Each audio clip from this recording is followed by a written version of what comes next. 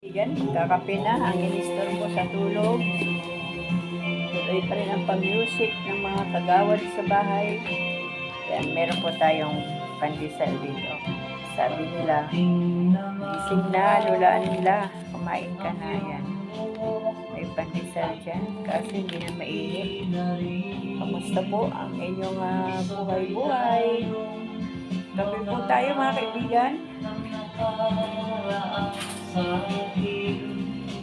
Meron po tayong nilagang dahon ng bayabas, tapos nilagyan ko po ng butternut.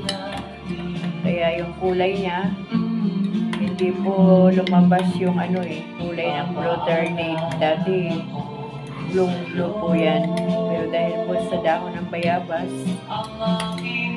natalo siya sa kulay ng nilagang bayabas.